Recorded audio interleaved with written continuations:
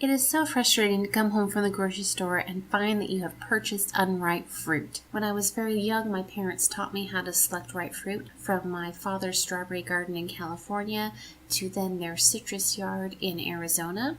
After I got married, I had an apartment, so I wasn't able to garden, so we went berry picking. We finally were able to start a garden in a community garden, and boy did we ever have a bumper crop. That was fun. After that, we rented a space with some more land, and then we were able to have a garden there as well, and we went on to do other things such as greenhouses. So today, we're going on a trip to the store. My 4-year-old is taking videos, so sorry for the shaky camera. But here we are selecting some fruit that we need to get us through this week. First thing I want to say is when we are looking for ripe fruit, we need to make sure that we're using as many of our 5 senses as possible. Sight, smell, hearing, touch, and taste. And taste, by taste I mean that you can ask an employee for a sample. They are more than happy to cut open a piece of fruit for you, let you sample it, and make sure that you're getting something that's really at the peak of its ripeness, juiciness, and sweetness that you are looking for. And kids love to participate in all these senses. So if you have children, please take them along and have them help you out. They'll get more excited about picking fruit and tasting it and bringing it home. Very healthy experience for them and great learning. I'm going to start with the mangoes here. Mangoes, you want to have some give to them. If they're very firm, then they are not ripe. They also need to smell slightly sweet as well. And sometimes they're a little bit sticky. If it's not nice and soft when you push on it, then it's going to be unripe. Of course, you don't want it gushy because then it is overripe. And when selecting pineapple, I like to try the top of it first and see if I can pull any leaves loose. A ripe pineapple will usually be able to pull these out very easily. These pineapple ideally really should have a lot more yellow to them to show that they're fully ripe, and they will also smell good. Strawberries, I check them all around for any mold. I really don't like it if they're fresh out of the cooler because then they just don't have a good aroma to them when they're cold. If they've been allowed to warm up in a room, then you can get a true sense of the smell. And they will taste as good as they smell, so make sure that the smell is heavenly. Delicious.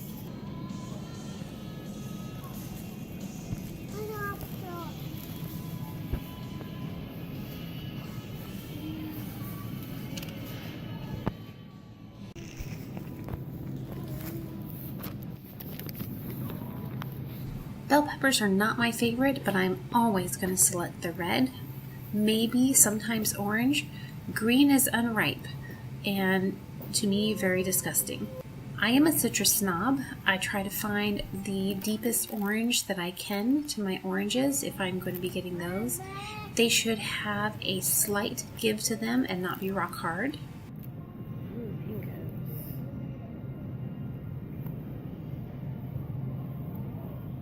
Pears also should be slightly soft, not firm like apples. Green bananas are definitely unripe, but so are all of these yellow bananas. None of these are ripe. I spotted one that was almost ripe right here. What you want to look for in this variety are spots. It should be very spotted, and if you pick it up by the stem, it should threaten to drop right off. Cucumbers and zucchini should be very firm. Tomatoes should be nice and plump, shiny, as if they're ready to burst with goodness.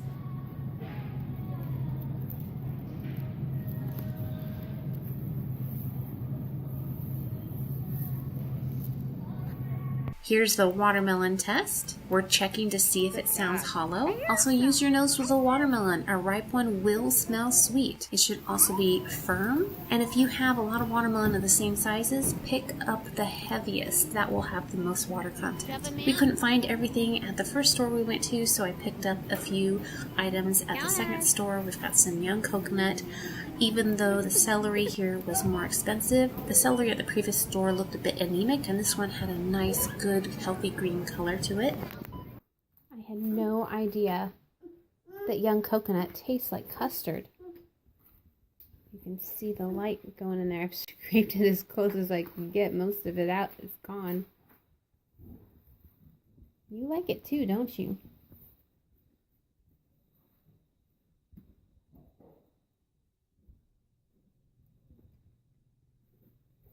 Nope, I'm going to hold on to it. You shouldn't be eating the shell. What's the dog doing? At the first store I went to, I did purchase a case of bananas. This case cost me about $20 for 40 pounds of bananas. I got them yellow, but not quite yet ripe. And what you do is you spread these bananas throughout your kitchen or your house so that they will ripen at different times. Eat them as they ripen, and if a whole bunch of them ripen and you can't get to them, freeze them without the peels for amazing desserts. You can just blend them up as is and makes a beautiful banana ice cream. And of course, they're fantastic for smoothies.